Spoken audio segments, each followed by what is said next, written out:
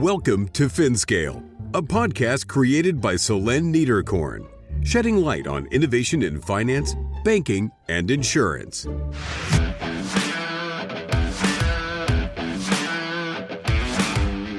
ComplyAdvantage, Part 1, my discussion with Charlie Delingpole.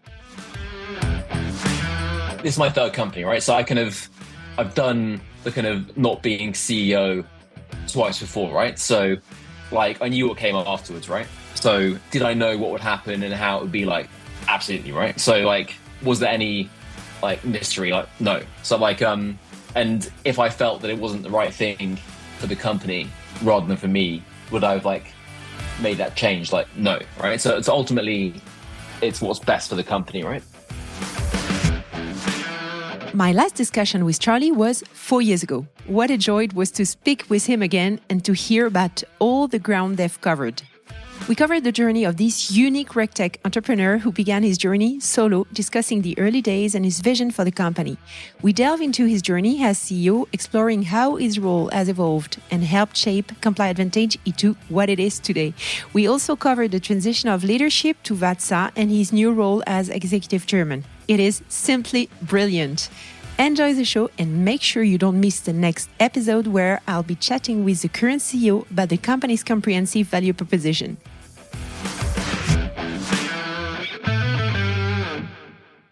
Hello, everyone. Hi, Charlie. Hey, Solène. Yeah, I'm very, very happy to have you on my podcast. So pleased 4 years after our first interview. Enchanté. Thank you for your time. Okay, so Charlie, can you please quickly introduce yourself and then we'll dive deeper into what you've built with ComplyAdvantage and, of course, how your role as a CEO evolved over the time. Awesome. Yeah. Thanks so much for having me on. Great to be here. Thanks to Benjamin from Shares for the introduction.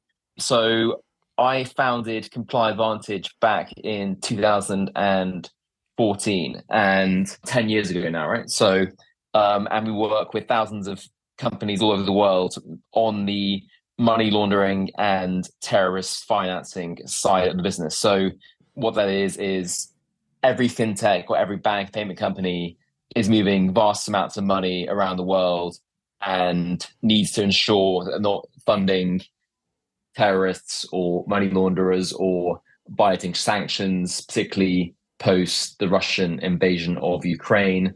And so ComplyAdvantage helps those companies onboard, monitor, and then once those companies and customers are transacting, look at the behavioral pattern analysis and basically keep the CEOs and risk officers out of jail.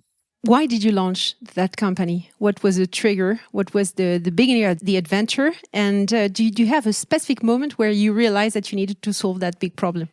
Yeah, so the second company that I had founded was a fintech company. So back in 2009, there was a credit crisis, and so banks weren't lending. So I thought, okay, I'll try and lend some money to small companies against receivables. So we built a marketplace for receivables, an eBay for finance. And so we had tons of private investors, hedge funds, high net worths coming on the platform and giving money to small companies who had long dated receivables to large corporates. And so in building all the technology side of that and the risk side of that, you want to grow the company, but you're concerned that in growing the book and building the client base, you have this thing called money laundering and AML. And you're like, my God, I don't really understand this. How do I do this properly?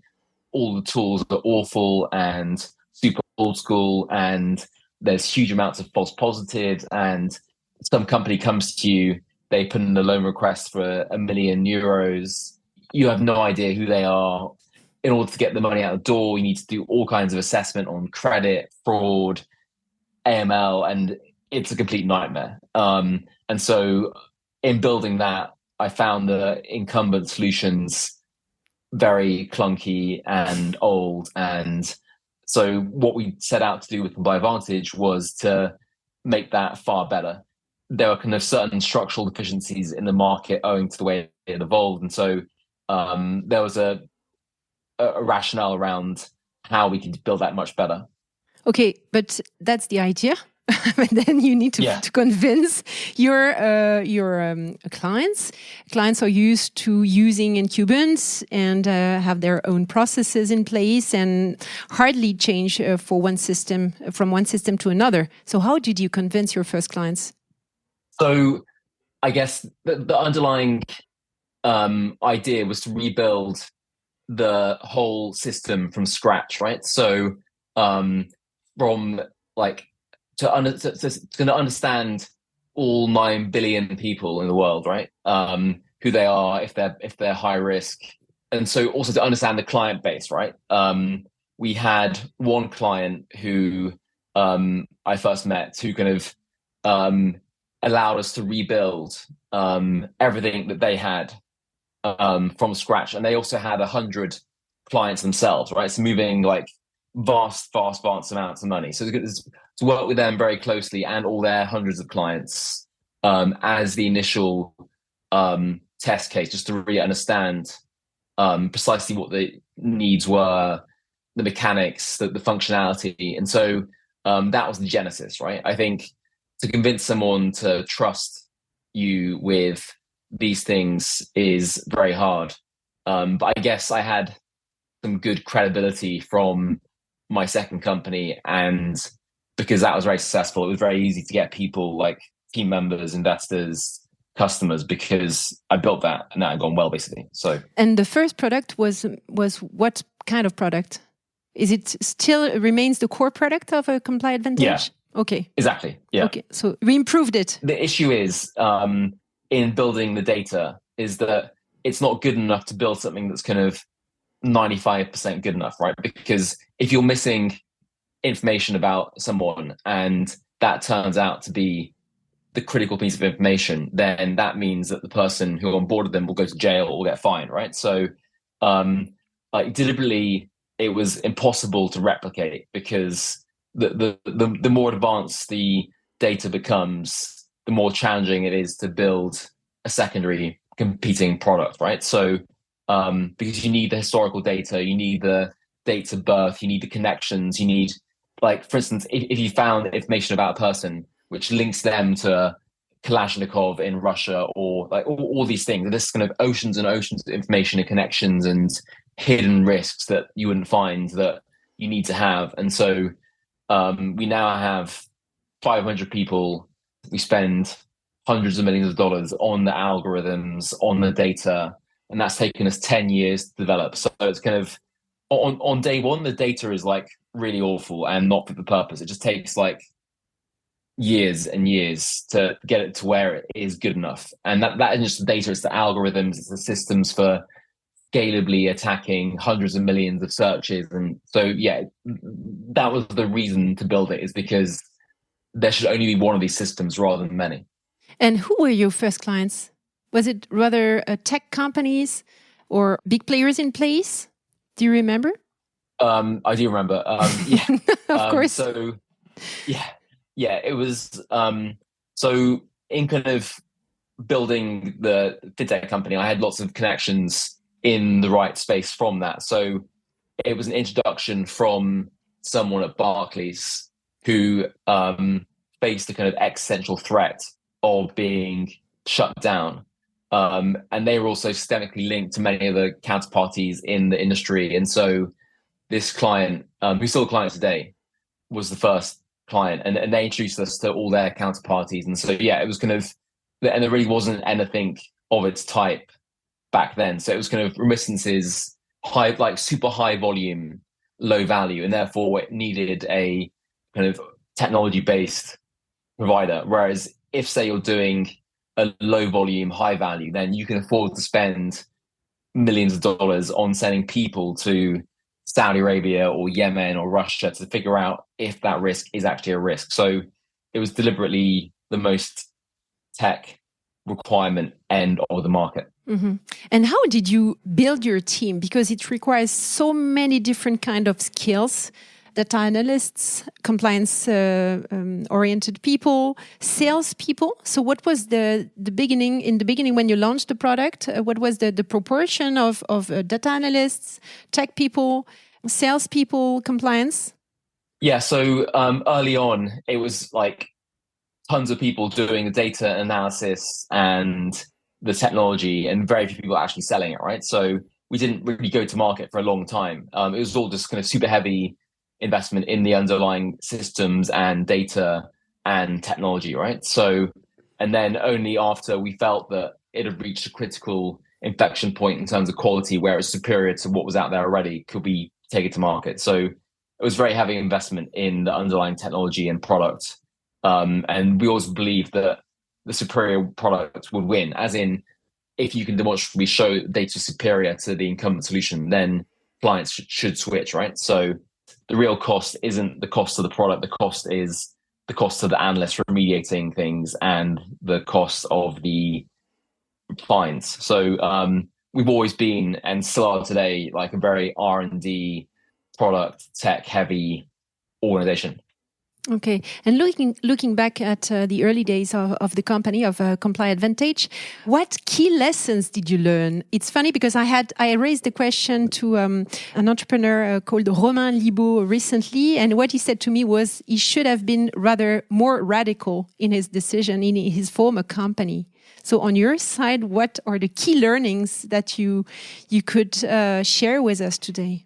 I guess, like, I always knew it was about the kind of people you hired and how you manage them and the quality of the people. But I guess, like, the kind of extent of how you understand that and like how you assess a good person and how you hire like the best team members is always like evolving, right? So I think if you want to hire a good CTO or a good CPO or anyone, it's that kind of judgment and skill to understand when you're presented with hundreds of candidates, all of which are kind of appear to be the same, have similar experiences, how you kind of analyze them and then understand that person. And then also, I guess, everyone's natural inclination is always to be nice, right? And be kind of like warm towards people. So I think you have to kind of go against those inclinations and like be prepared to like, fire people and not be nice, right? And I think like being able to like be ruthless in that regard is critical too, right? So I think building a team, like selecting the best people, being able to close competitive candidates, like all those are the skills which are critical when you're trying to build an organization of that size and scale. Okay, interesting. So human issues, mainly human-related issues, not tech nor compliance. If you're building a company, then fundamentally you can't like make every single choice. And I guess the judgment calls that you make in terms of like very few actual questions come up to you because they're always filtered by the underlying people around you, right? Mm-hmm. So knowing like which people are going to present you the right facts and be able to deal with things, and like so we have companies and clients in 80 countries in the world, and there are teams that need to be motivated and managed, and it's just impossible to do for a single person. Mm-hmm. I was a sole founder, right? It's also I had a kind of CTO or a co-founder that I could rely on. It was kind of, so like the question is how you wake up every day and move the company forward at a velocity which exceeds everyone else's expectations, and how you do that relentlessly for kind of a long period of time, right? It's kind of you need to have a playbook for that. Isn't enough to want it. You need to know how to achieve that. Mm-hmm. So I wanted now to focus more on the evolution of your CEO role, because since you changed as a chairman, executive chairman 1 year ago, and now Vatsa is the CEO of ComplyAdvantage. So now 1 year after, you had the time to think about, would you say your role as CEO evolved over the time, considering that in the beginning, when you launch a company, you do almost everything. And then now with hundreds of people working with you, it's a completely different role. So how did you see that role evolving? And did you get some support, guidance from a coach or a sparring partner or peers? Yeah, I think in terms of the evolution of the company, I think if anything, it gets like the quality of people that you can bring on and the ethos and the kind of clarity, and like I think if anything, it's kind of like if you're running a large company, it's probably easier than running a small company because you have great people around you. There's people to take care of everything. you can, all you simply do is going to have to make judgment calls, right? Whereas if you're running a small company, it's kind of harder to attract great people because you haven't got the money or the resources or the scope to like get more excited. So I think if anything, as you evolve the team, as you evolve the scale of the company, and you're able to invest more, I think the quality of the team and the experience they can get is probably higher, right? So, but then the kind of consequences of your decisions in terms of the ramifications of something going wrong for many different clients, or demands that investors will have upon you in terms of the execution and the kind of stamina required also is material, right? So I think the role does evolve, and the cliche is that you have to reinvent yourself multiple times. And I think that's part of the excitement, right? So I think, you can kind of decompose the evolution of the role in many different ways. And you probably also change your perspective as well as the company evolves as well. So. And did you get the guidance, coaching? I know I have many coaches on my side, supporting me for so many areas in my life. So how did it happen at that time? And do you continue having support? Yeah, so I've always been kind of open-minded in terms of coaching. I had various coaches. Like, I guess, did I ever find them like particularly helpful, or did I find them like, I guess some of them kind of say, oh, you don't actually need coaching and everything's fine. And it's like, well, actually, I want to improve and I want to know what I'm doing wrong. And they can talk to the team around you, and they can talk to the investors. And yeah, I think like some CEOs are like, they make obvious mistakes in terms of constantly shifting priorities, or they don't communicate well, or they're kind of emotionally volatile, or the other failures they can make are not being honest enough, or not kind of getting rid of people who aren't delivering, and misreading team dynamics. And so, yeah, I think I had numerous like numbers of coaches. Like, do I think that they were kind of transformational? I think there's certain exercises you can go through in terms of forcing the team to understand which people are kind of great performers, which people are mediocre performers, which people are subpar performers. And I think that's very helpful. So I think the kind of coaching at a team level was very effective. Mm-hmm. Yeah, I think personal coaching, I didn't find that transformational, but perhaps there are coaches out there who could be like super helpful. As a CEO, you have to be a visionary. You have to think long term, but then at the same time, you have a lot of operations to manage, people to manage. So how do you get a good balance between those two areas, like long term, short term? So I think the kind of infrastructure you have in place is the kind of cliched infrastructure that's kind of like the standard playbook is mission, vision, values, right? Mm-hmm. Which everyone knows about, I guess. It's kind of mission is like the end state. Vision is how you achieve that. Values are the kind of criteria and characteristics in the team that you want to promote, right? So for us, eliminate financial crime, mission, vision, like achieve that by building the best technology data to underpin that. Values in terms of like incremental improvement and collaborative environment. And so we're not mining coal, we're not building industrial machinery, which requires hierarchical mentality. It's more kind of artisanal, high level, challenging work in terms of architecting systems and interfacing between teams. And there's so much to build, right? So that's the kind of macro which permeates the recruitment, the retention, the rewards, which people are celebrated, or which people are kind of not part of the company if they don't exhibit those characteristics and they don't subordinate their activity towards those goals. And then there's the kind of annual priorities, right? In terms of this year, our goal is to get these things in place, these kind of these things built, these metrics hit. And then you can do you can break it down into the technology required, built per period of time. So in that way, you can get the entire company if there's one person in the company to understand what they want to achieve and how that fits in with the company goals, then you have that, right? So yeah, I'd say that's the kind of infrastructure and architecture that helps us achieve that.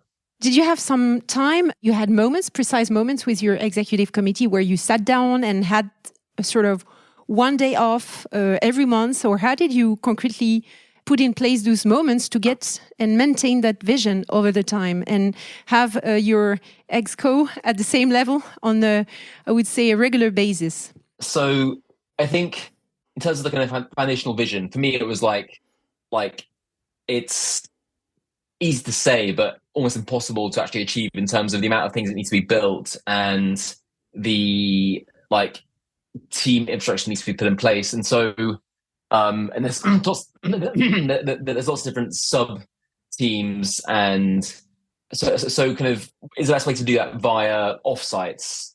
I think to kind of those are kind of fun and energizing, but then there's also getting percolating information from the rest of the company up to the exec team. There's getting people who are super high quality individuals promoted. There's the kind of tactical management of those individuals and being able to retain great people. Yeah, I think the offsites do motivate people to kind of re-energize themselves and get everyone on the same page, and but also getting collaboration between different teams and different jurisdictions. And as you scale, building a kind of single cohesive unit is also critical too, right? So, in terms of mechanisms to achieve that, I think all those are challenging too. And yeah, I think having cohesion between the exec team and getting the right culture, I think often that's the values of the company are often, as well as being written down, they're kind of lived, right? And in terms of people mimicking how you behave, or they looking for you to kind of lead by example, right? I think that's also critical too, right? In terms of doing what I do rather than what I say is a classic example of that, right? So you can write everything down, but if you don't live those values and most people on a tactical day-to-day basis, then it's also impossible to replicate that. And the fact that you were a solo founder wasn't too hard, because it's very rare to see solo founders, and most of the time you see co-founders as a sort of family, I would say, and supporting each other's. And the fact that you launched your own business, alone, despite the fact that you were already a repeat founder, did you find it hard?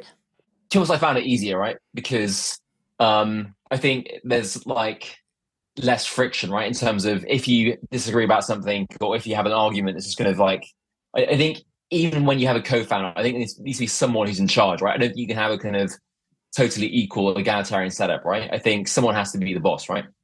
Having kind of two people who are kind of co-founders, right? Being quasi doesn't work, right? And there's no way to resolve issues if there's a kind of deadlock, right? And then someone would have to leave, and I think someone has to be comfortable with playing the subordinate role, right? And did your executive committee evolve a lot over the time in terms of function and people? I think what you see in places like San Francisco, people are kind of very happy being CRO from Series A to Series C, and they have a playbook and they have a team that can come in and do those things. Yeah, I think in terms of as the company evolved, we have different people come into different roles and bring that playbook, right? I think that's much more normal now than it was 10 years ago. And so, yeah, I think the kind of exec team absolutely has evolved in terms of different people coming in as CPO, CTO, chief people officer, but also filling out those other roles beneath them in terms of the VP levels. And yeah, I think that's kind of critical. And then you do it in each different geography in terms of you do it in Singapore, you do it in the US. It's kind of, yeah, I think tons of work getting the right people in place and being able to build that infrastructure. Okay, interesting. So now it's been 1 year, I told you that you moved from CEO to executive chairman. So how did you organize the move? How does it feel now to be chairman, meaning that you're less in the day-to-day? Do you miss it? Yeah, so I guess immediately after this recording of me ends, you'll have Vatsa come on and do the podcast, right? So Vatsa will tell you that he was COO and CFO beforehand, right? So he's been here for like 4 years now, right? So there was a 3-year overlap, right? So, and that was like fairly seamless, right? So, and Vatsa's based in New York. So I think it works well having Vatsa there and me in London, right? So, yes, I think that, I think he's done a great job the past year. And I think transition was fairly seamless, right? So I am here if anything like is needed, right? So yeah, I think the whole it's been seamless, and I think onwards and upwards, right? Yes, but from a pure personal perspective, how is it to be less in the day-to-day?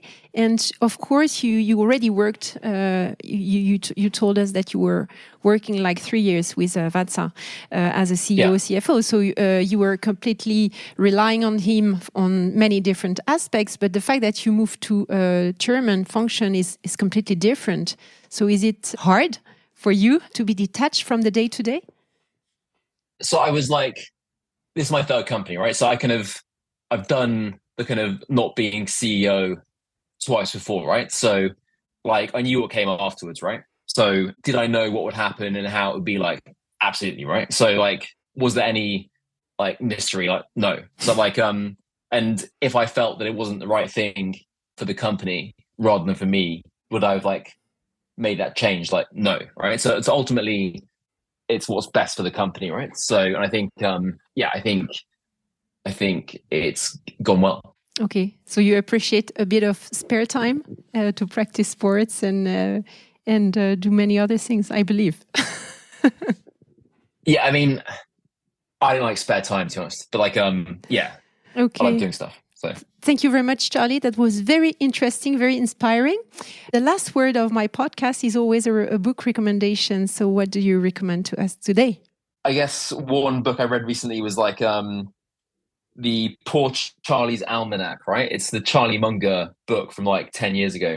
Yeah. I guess it's just interesting seeing the mechanics of how he thinks about businesses, and for instance, he kind of designs a thought experiment for like how Coca-Cola should eventually be a company that's worth 50 billion as it is today, and how if you went back to 1874, how you would architect a company that would survive like for that long and be that durable. And yeah, I think just I don't think it's an accident that he built a company that's been that successful for that long and had that impact. And so just kind of understanding how he thinks as a person and how he breaks down different business problems and thinks as an investor is very interesting. Thank you very much, Charlie. And see you soon in 4 years. Cool. Yeah. Thank you all for listening and sharing this moment with us. Don't hesitate to contact me on Twitter or LinkedIn to share your comments and reactions. You can also rate this episode on your favorite podcast platform. See you soon.